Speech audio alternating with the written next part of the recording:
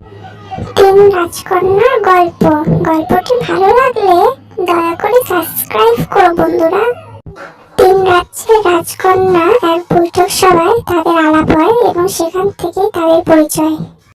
তিন রাজকন্যার মধ্যে একজনের নাম ছিল সিমি, আরেকজনের নাম ছিল সিত্রা এবং আরেকজনের নাম ছিল পিয়ালি। এরা তিনজনেই তিন ধরনের ছিল।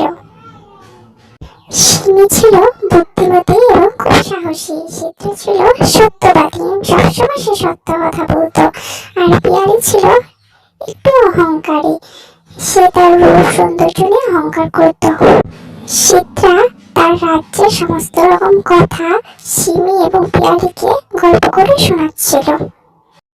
সিমিও তার রাজ্যের সব রকম কথা ভেবেচিন্তে সিত্রা এবং পিয়ালিকে বলছিল।